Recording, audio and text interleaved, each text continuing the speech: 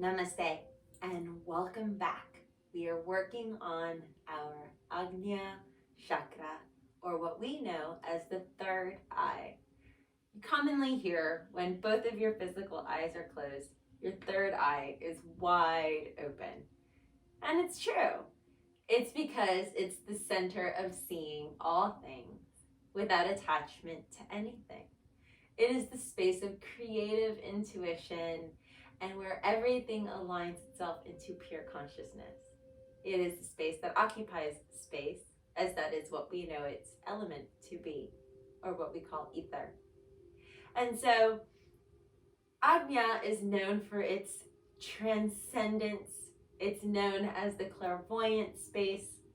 It's known as part of becoming conscious to unconscious or conscious to subconscious. It is the space of perceptions where it's our command center, and it's the center of all intuition. It's kind of where our perceptions are pictures that we've held in our minds for years, since the beginning of time, since we can remember. And so all of these memories become the percepted reality that we believe in as a belief from what we learned in our sixth chakra, and what we learned in Vishuddha chakra, in the fifth chakra. And we come into this space in the sixth chakra, stepping into the space of the witness. And we're stepping into the space of observing this conscious experience, the spiritual being experiencing human experiences. And it's where we come to balance and find Ida and Pingala Nadis. This is where the Sushumna Nadi manifests itself into its purest awakening. And Ida and Pingala have completed their journey up the Sushumna Nadi, and they meet in Ajna, which is where the two-petal lotus flower comes into existence, leading its way into the 1,000-petal, which we'll soon learn in Sahasrara chakra. But in the two-petal consciousness here, it's how we lead our life. It's the light that we see. It's the illumination of the light that we see on how we guide ourselves, how we light the path ahead of ourselves. And when we can clear our mind, like the still beautiful clear lake, and we can see the reflections of the mountains around it, when we can see that still calmness of the lake, we acknowledge its pure existence, its oneness. And if there's a ripple that comes in, or a child that jumps in the water, or what have you, there's still oneness. We acknowledge the ripple, but we see the truth. And it's where we cultivate what is known as our dristhi point, or our focal point. It's our focus, our manifestation. It's our focus of destiny. It's where we're guiding ourselves, where we're leading ourselves on our path. And so Ajna Mudra and Ajna Chakra opens up into this awakening as it guides us along our path, as we guide ourselves along this path, having these conversations of listening to the spirit, of listening to where we're being led, of tuning into how we're tapping back into our truth, and how we are able to sit in stillness, because stillness is essential. It's essential. Neurons that fire together wire together. And so if we are in a state of joy, then we want to encourage our mindset to go in that direction, in the direction of joy. And if we are taking our direction into the path of negativity and doubt,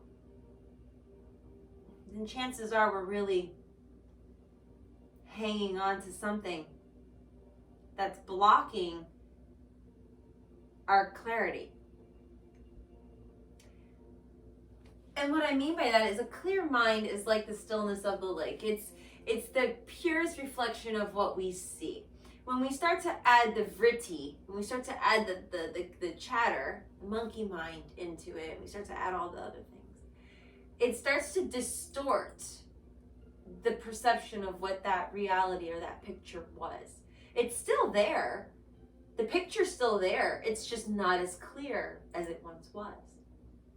But when we find that essential stillness, we then see the clarity of that which was once.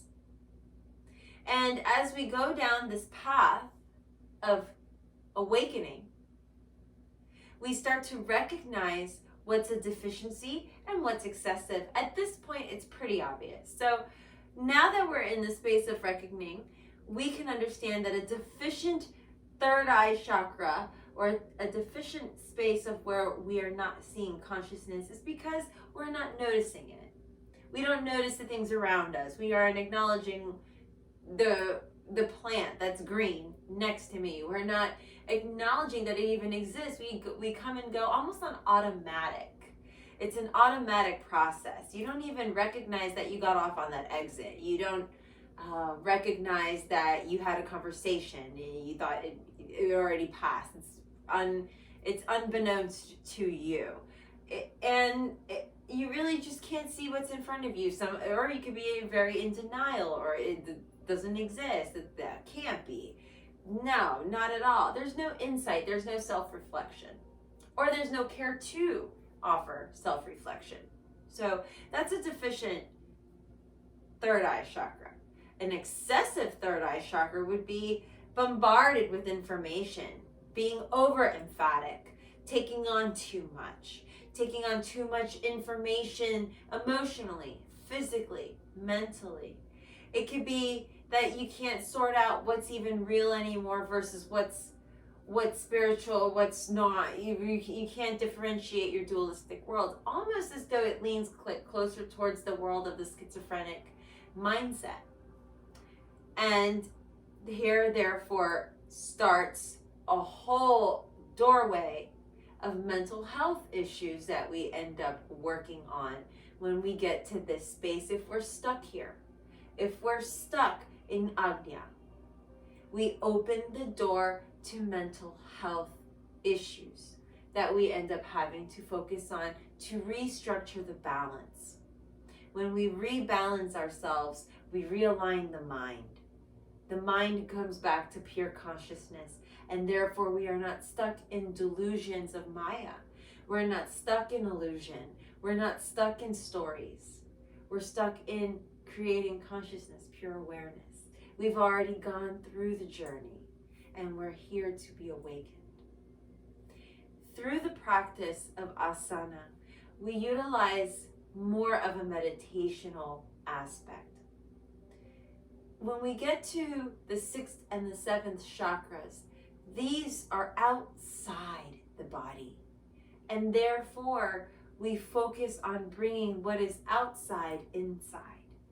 We go to bringing heaven to earth.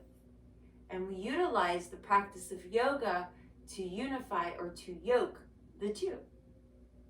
And so for us, as we come into this practice, we'll be focusing really more on the dristhi, more on where on the 8 limbs of yoga, we would be on dhyana and dharana. Dharana is that which we are focusing our concentration on, the dristhi point. Dhyana is the depth in which we enter into meditation. It is the awakening of consciousness into the concentration. It's attaining just up to the moment of where we reach samadhi.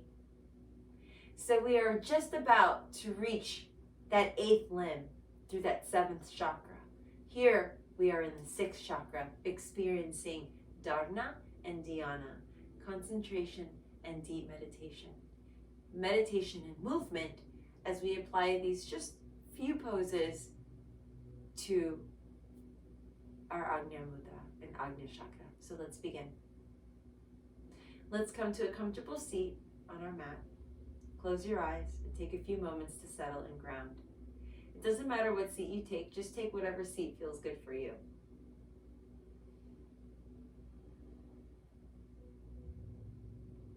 Let go of any thoughts or any attachments you may have here in this space. Open up your mind to curiosity, inquisitivity.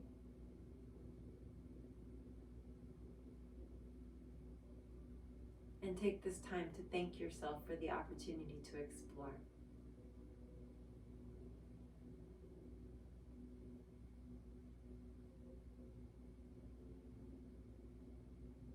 Observing how you're sitting in stillness, oneness,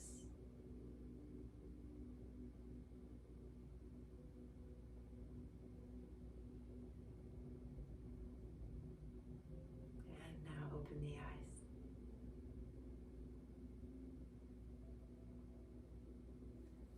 Let's begin standing. Come to the top of your mat and we're going to meet in a steeple variation of Urfa Hastasana. Bringing the arms up towards the sky, interlace the fingers, pointer finger extends. And then from here, I'm going to turn now so that you can see the right side of my body. And the arms are extended up above my head here. Biceps are parallel to my ears, framing my face. On my exhale, I'm going to come forward as though I'm slicing a cake down the middle, gently bending the knees and allowing myself to come all the way forward and coming into this kind of a forward fold variation. And then release the hands and ground the palms down. And let's step back with that left leg into Parshvottanasana, about 3 feet apart. And then bending into the right knee slightly here, just setting up your space. Bring the right hip back, left hip forward. And then exhale, bring your forehead down. If you'd like to widen your stance, you can widen the stance. Just set yourself up for your own personal practice and then give yourself permission to come forward. If you feel stable and balanced here, and your dristhi is focused and you feel connected to the core, I'm going to invite you to interlace your fingers in front of you. Pointer finger extends and find the same steeple pose that you had in your hands. That same mudra. And let the shoulders drape away from each other.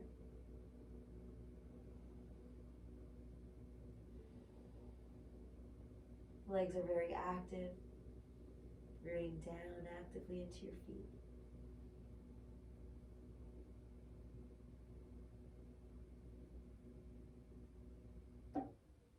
Again, adding any sound to the exhale.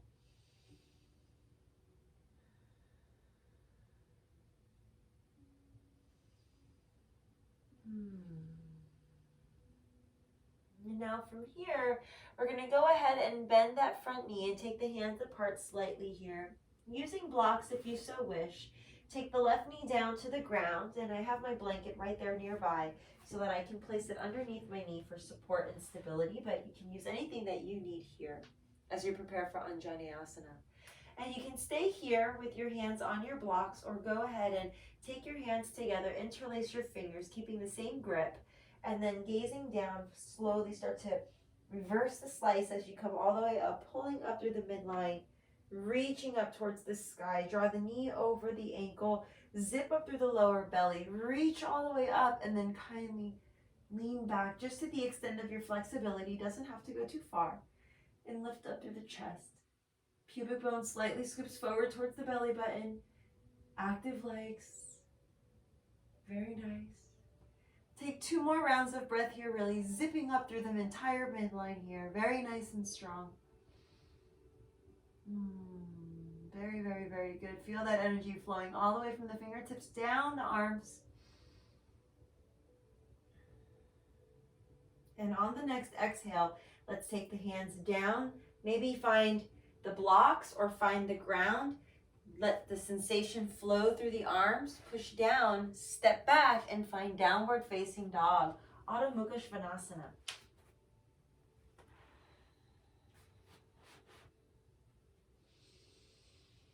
walk your dog, paddle your feet. And from some, this might be really great. Okay, others of you might want to take your blocks to the side and discover what it's like to come into a nice chest opening pose here, known as Pinchamaya Sarasana, and you're coming down into dolphin pose. And you can move your hips from side to side here. Again, you can walk your dolphin. You can float the dolphin's hips from side to side.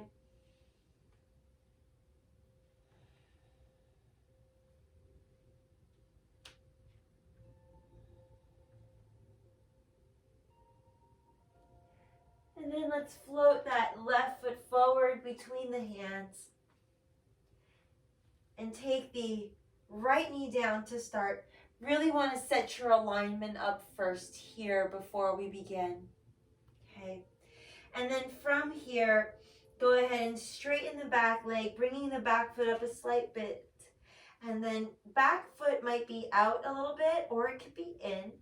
Once you find your foundation and you're okay, then let's go ahead and start to lower our head down over the leg. Melting here, please draw your belly button up more. Pulling Uddiyana Bandha up and in. Mula Bandha pulls in. Active legs. If you're comfortable here, we're going to reverse the grip now, changing to your other favorite grip. And the thumbs are crossed. It's the one that doesn't feel comfortable. There we go. And then let the arms drape again. Breathe deeply. Really charging your legs up here to really feel this pranic energy flowing through your body. So you really want to feel the connection to this lengthening. All of the layers, all of the rivers of energy that are flowing through this divine body of ours.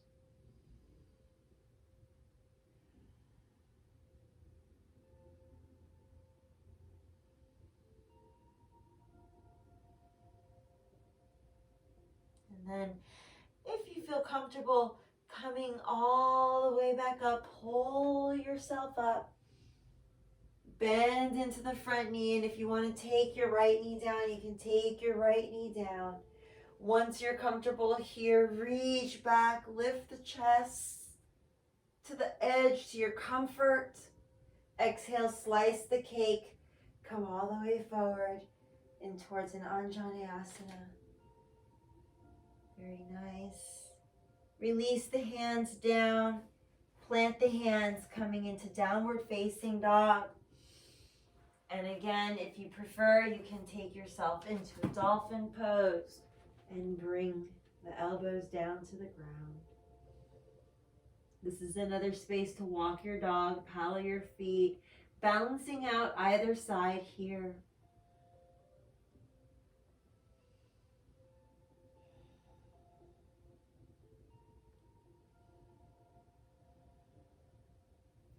And then both knees come down to the ground and make your way through seated position. And then plop yourself up as you sweep up to standing. Arms come up towards the sky. Nice, and then bring the hands to the heart space. Let's tune to the center edge of our mat. I'm just going to move this blanket out of the way. You have the option to bring your block over. We're going to begin with the right foot. So we're going to come into Garudasana, eagle pose. And again, focusing on your dristhi, focusing on a spot in front of you, finding a balancing point, finding a nice little fixation there. Now, once you find your dristhi point, your focal point, we're going to activate the right leg, draw the left knee up, and then cross the left leg over the right, bend the knee, come to a seat. Toes can touch that block. You take the right arm under the left and wrap here, palms touch. You have the option to lift the arms and take a few moments to settle and breathe. If you feel comfortable here and you want to slide your back foot behind, that left foot behind the right ankle, you can go ahead and do that and come down really pretty low here to sit and squeeze everything into the midline. So it should feel really good. You should feel nothing in your ankle. It should be more in your thighs. Pressing actively, knees towards each other. And then bring the thumbs towards the center, Ajna Mudra, Ajna Chakra. And you're looking right in between, both eyes open, keeping your gaze fixated right in front of you. And it finds kind of like a cyclops energy. And then slowly we're going to release and come up. And for you yourself, you might stay there for about 5 to 8 more breaths. Or you might stay there for maybe just 3 more breaths. And then you'll allow yourself to come up when ready.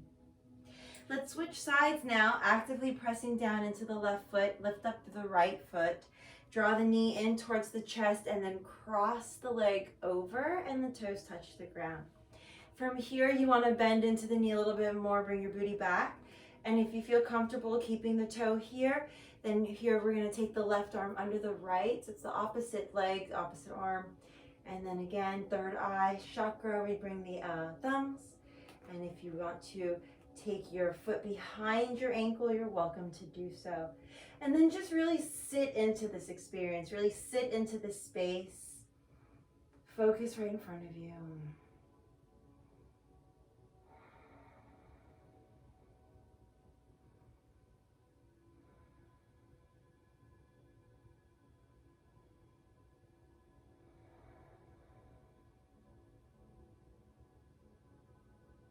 And then go ahead and release.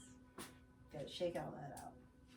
Now the next pose that we're gonna come in and end with here is going to be Warrior 3, Virabhadrasana 3. Again, it's all about focusing on your dristhi, focusing on the space in front of you that doesn't move, engaging through the core and keeping everything very dynamic. So let's begin. I'll come towards a catty corner here maybe, and then this way we can see the entire length of the body. On this experience, you want to lift up actively through the body, reach the arms up, interlace the fingers, find your steeple pose. And then exhale, come forward as you lift your right leg up. And flex and pull. And breathe. And keep focused here as you come down pretty low in the upper body. Lifting the right leg, but keeping the right hip low. Flex the foot here or point your toe. Biceps frame your ears. Take a few moments to connect to your breath, find your focus, and then you'll slowly make your way back up. Upon arrival, release your hands. Come to a mountain pose moment. Pause. Good, and we have the other side. Inhale to reach the arms up. Change the cross of the thumbs. Very good. And then begin to actively energize through the right leg. Sweep the left leg up. Pull the torso forward. Flex through the foot. Reach through the fingers. Resist the urge to lock the knee. Stay strong. Stay focused. Belly pulling in. Ujjayi breath. Purification breathing.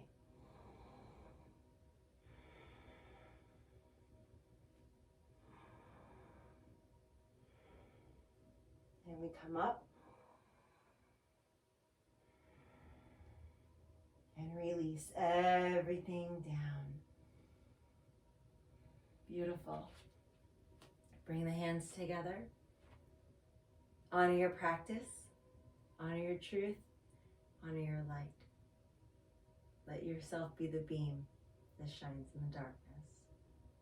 I'll see you in our last segment in Sarasarara Chakra. Little tongue twister. Namaste.